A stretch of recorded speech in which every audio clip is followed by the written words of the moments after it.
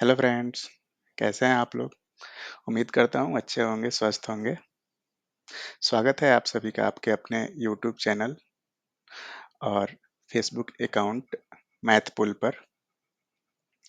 जैसा कि आप स्क्रीन पे देख पा रहे हैं, अ, एक सीरीज चल रहा है अभी कोऑर्डिनेट ज्योमेट्री से related 10th class coordinate geometry, जिसमें कि डिस्टेंस फार्मूला हम लोग कवर कर रहे हैं। ऑलरेडी मैंने पार्ट 1, पार्ट 2, पार्ट 3 कवर किया है, जहाँ पे डिस्टेंस फार्मूला का डेरिवेशन देखे थे हम लोग। डिस्टेंस फार्मूला क्या होता है, कैसे उसको हम लोग डिफरेंट यूज केस के लिए अप्लाई करते हैं, वो 3 पार्ट में ऑलरेडी मैंने कवर किया है। अगर आपने नहीं देखा है तो सबसे पहले आप पार्ट 1, पार्ट 2, पार्ट 3 देख लीजिए, या तो यूट्यूब चैनल पे, नहीं तो फेसबुक अकाउंट पे, जहाँ भी आप इजीली देख सकते हैं। फिर उसके बाद ये पार्ट 4 है, जहाँ पे हम लोग कवर करेंगे कोलिनियर पॉइंट्स। कोलिनियरिटी देखेंगे हम लोग, संरेखी बिंदु क्या होता है। 3 पॉइंट दिया हुआ रहेगा और आपको उसमें बताना ये रहेगा कि ये जो पॉइंट है वो संरेखी है कि नहीं, कोलिनियर है कि नहीं। तो चलिए कॉन्सेप्ट को समझते हैं पहले कि कोलिनियर होता क्या है, किस कंडीशन में हम लोग ये कहते हैं कि ये जो पॉइंट दिया हुआ है वो कोलिनियर है। तो वो पहले कंडीशन को हम लोग देखते हैं, ठीक है। तो यूजुअली आपको जब कोलिनियर से रिलेटेड जब क्वेश्चन पूछेगा तो आपको 3 पॉइंट दिया रहेगा। मान लीजिए आपका वो 3 पॉइंट जो है वो ए है, बी है, सी है, ठीक है। ए, बी, सी, ये 3 पॉइंट आपको दिया रहेगा। कोऑर्डिनेट दिया हुआ रहेगा x1, y1, x2, y2, x3, y3। तीनों पॉइंट का कोऑर्डिनेट दिया हुआ रहेगा और आपसे ये पूछेगा कि ये बताइए कि ये जो पॉइंट है वो कोलिनियर है कि नहीं है। तो कोलिनियर चेक करने के लिए आपको जो कंडीशन होता है, मैथमेटिकल कंडीशन अगर आप देखिए तो ये होता है कि आपका किसी भी दो पॉइंट के डिस्टेंस को अगर हम लोग ले लें, A B plus B C, जो इक्वल होना चाहिए वो ए सी के इक्वल होना चाहिए, ठीक है। या फिर ए सी प्लस सी बी जो है वो इक्वल होना चाहिए ए बी के, ठीक है। या फिर ये बोल सकते हैं कि आपका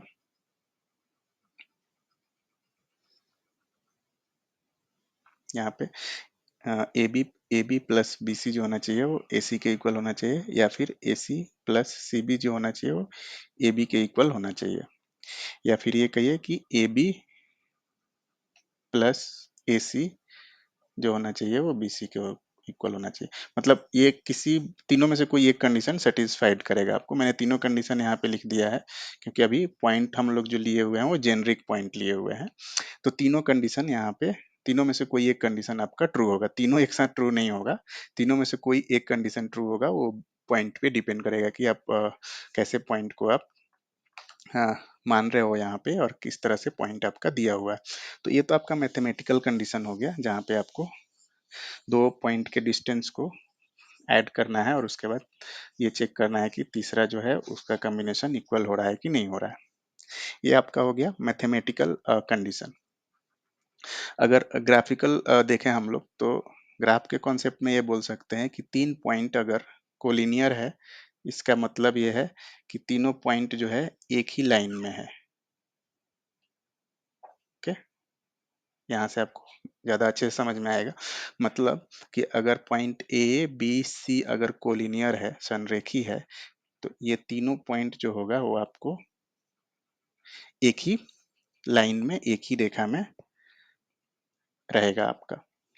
या तो ए बी सी ऐसे होगा, या फिर ऐसे बोल सकते हैं यहाँ पे ए हो, यहाँ पे सी हो, और यहाँ पे बी हो, ऐसे। तो या फिर यहाँ पे बी हो, यहाँ ए हो, यहाँ सी हो।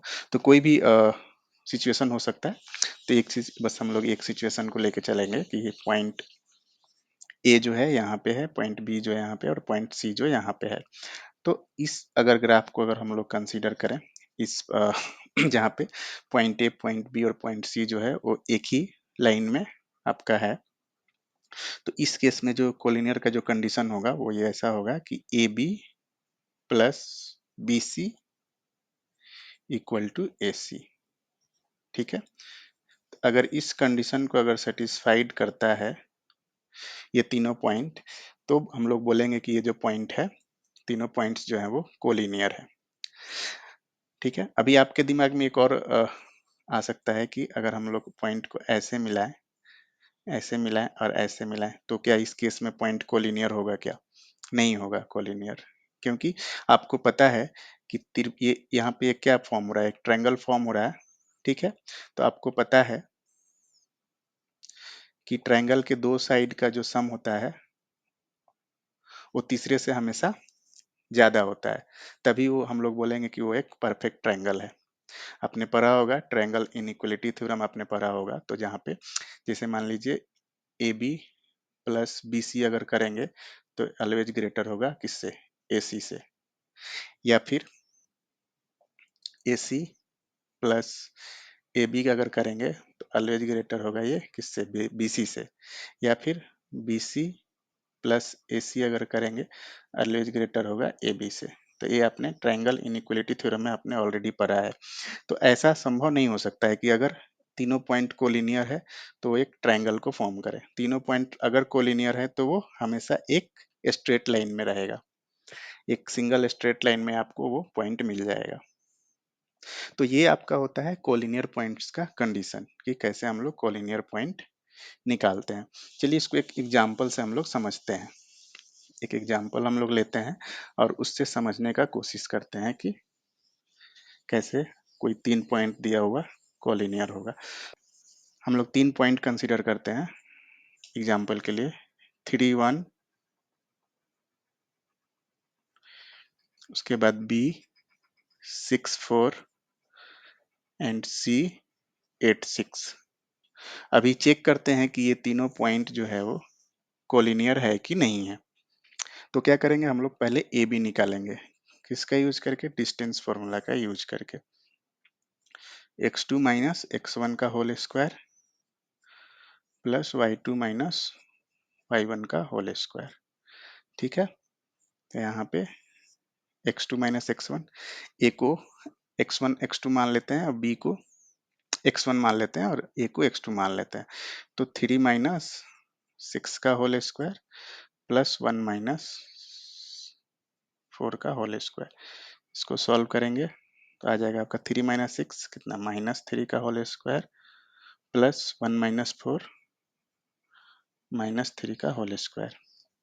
तो ये आपका हो जाएगा -3 का होल स्क्वायर करेंगे 9 प्लस आपका यहाँ पे भी 9।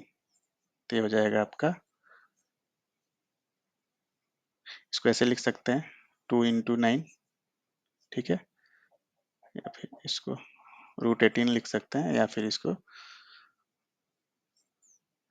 3 इंटू 3 इंटू 2 भी लिख सकते हैं।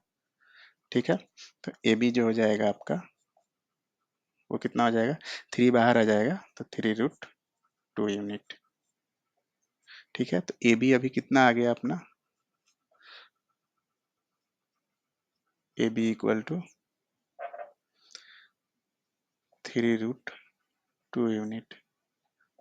ठीक है, अभी हम लोग निकालेंगे बी सी। ठीक है,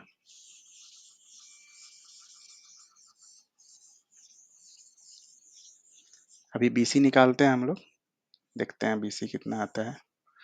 तो बी सी आपका हो जाएगा 6 माइनस 8 का होल स्क्वायर प्लस 4 माइनस 6 का होल स्क्वायर। तो ये हो जाएगा आपका 6 माइनस 8 -2 का होल स्क्वायर प्लस 4 माइनस 6 -2 का होल स्क्वायर। तो ये हो जाएगा आपका 4 प्लस 4। तो इसको हम लोग लिख सकते हैं 8, और 8 को हम लोग लिख सकते हैं 2 इंटू 2 इंटू 2। ठीक है, तो इसमें से इसको हम लोग बाहर लिख सकते हैं क्योंकि पेयर में है। तो 2√2 हो जाएगा आपका यहाँ पे। तो बी सी जो है वो आ गया आपका 2√2 यूनिट। ठीक है, अभी हम लोग निकालेंगे AC।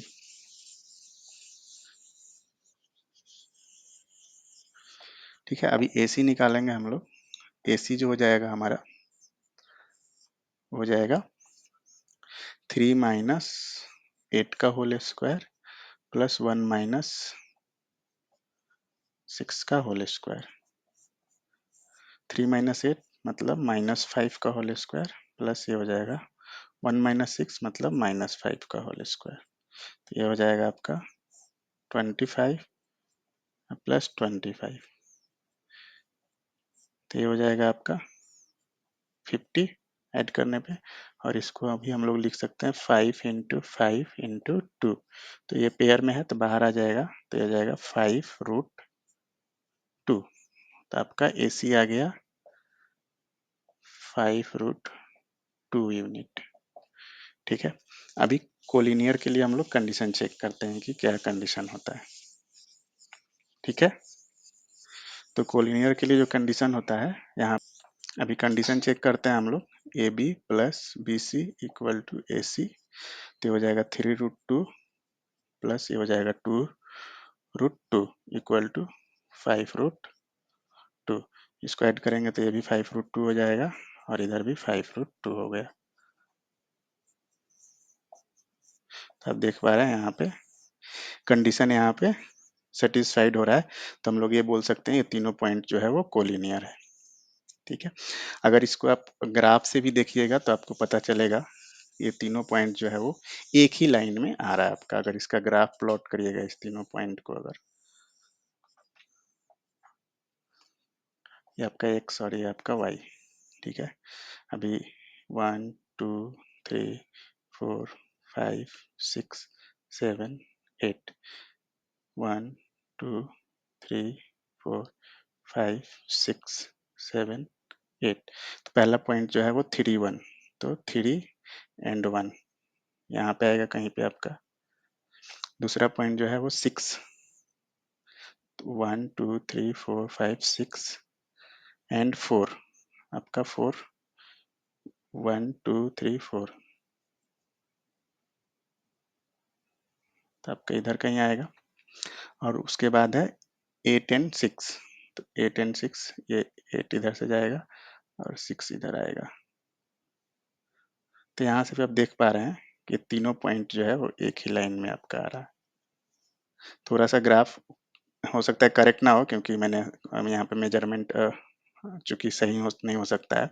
अगर एक्चुअल ग्राफ में अपलोड करिएगा तो एग्जैक्ट सेम लाइन में आएगा। तो आप यहाँ से बोल सकते हैं कि ये तीनों पॉइंट जो है वो कोलिनियर है। तो इस तरीके से हम लोग कोलिनियर चेक करते हैं डिस्टेंस फार्मूला का यूज करके। कोलिनियर चेक करने के लिए और भी तरीका है अपने पास। इसके अलावा डिस्टेंस फार्मूला के अलावा भी तरीका है। एक तो आपका है आपका अगर त्रिभुज का क्षेत्रफल जो पता है, तो त्रिभुज के क्षेत्रफल का जो फार्मूला हम लोग यूज करते हैं, उससे भी हम लोग कोलिनियर निकाल सकते हैं।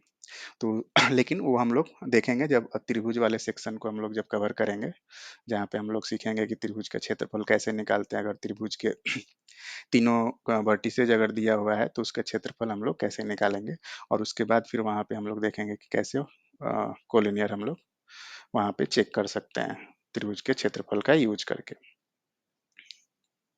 थैंक यू सो मच आज के इस सेशन के लिए। अगर आपको डिस्टेंस फार्मूला का यूज करके अगर आपको कोलिनियरिटी चेक करना है, वैसे एग्जाम में पूछेगा, तो आप जब त्रिभुज वाला जब अगर आप देख लीजिएगा तो आपको जो भी आसान लगेगा उस तरीका को आप यूज करके आपके एग्जाम में आप सॉल्व कर सकते हैं। Thank you so much. दोस्तों, आप लोगों से एक रिक्वेस्ट है कि जो लोग भी बोर्ड एग्जाम की तैयारी कर रहे हैं, वो लोग शॉर्टकट ट्रिक ना अपनाएं, बिकॉज बोर्ड एग्जाम में आपको अच्छे से एक्सप्लेन करना पड़ता है जो भी सॉल्यूशन आप निकालते हैं। स्पेशली जब आप लॉन्ग आंसर या शॉर्ट आंसर जब आप लिखते हैं तो उसमें आपको एक्सप्लेनेशन देना पड़ता है। ऐसा नहीं है कि आप डायरेक्ट कहीं से आंसर निकाल के सिर्फ आंसर लिख दिए तो आपको नंबर नहीं मिलने वाला है। आपको अच्छे से एक्सप्लेनेशन देना होगा कि आप जो सॉल्यूशन, आप जो आंसर ला रहे हैं वो कैसे ला रहे हैं, कि कौन सा तरीका यूज करके ला रहे हैं। तो इसलिए आप शॉर्टकट तरीके के पीछे नहीं भागिए, अच्छे से आप सीखिए। एक्सप्लेनेशन आपको पता होना चाहिए हर टॉपिक का, हर क्वेश्चन का। जो भी आप सॉल्व कर रहे हैं एग्ज़ाम में। अगर आप कॉम्पिटिटिव एग्ज़ाम का तैयारी कर रहे हैं तो डेफ़िनेटली आप शॉर्टकट ट्रिक अपना सकते हैं, क्योंकि वहाँ पे ऑब्जेक्टिव क्वेश्चन रहता है, वहाँ पे आप आंसर कैसे लाए हो ये मतलब नहीं रहता है, बस आंसर आपको सही आना चाहिए। तो लेकिन अगर आप बोर्ड एग्ज़ाम का तैयारी कर रहे हैं तो आप अच्छे से हर टॉपिक का एक्सप्लेनेशन समझिए, हर क्वेश्चन को अच्छे से एक्सप्लेन करके आप सॉल्व करिए, सो दैट कि आपको अच्छे से अच्छे वहाँ पे मार्क्स मिले। Thank you so much. ऐसे ही आप अपना आप अपना प्यार और आशीर्वाद देते रहिए। मेरे वीडियोज़ को लाइक करिए, शेयर करिए। जितना ज़्यादा आप लाइक और शेयर करिएगा उतना ज़्यादा मुझे मोटिवेशन मिलेगा और भी वीडियो अच्छे से बनाने के लिए। तो इसलिए आप अपना प्यार और आशीर्वाद देते रहिए। मेरे यूट्यूब चैनल या फेसबुक पेज को फॉलो करिए। आप लोगों से रिक्वेस्ट रहेगा कि आप लोग अपना सपोर्ट दीजिए। आप मेरे यूट्यूब चैनल को सब्सक्राइब कीजिए वहाँ पे। अगर आपको कुछ डाउट है, कुछ भी प्रॉब्लम है आपके पास, तो आप कमेंट सेक्शन में शेयर कर सकते हैं। मैं डेफ़िनेटली उसको सॉल्व करने का कोशिश करूँगा। तो ऐसे ही आप अपना आशीर्वाद और प्यार बनाए रखिए। मिलते हैं अगले सेशन में। Thank you so much.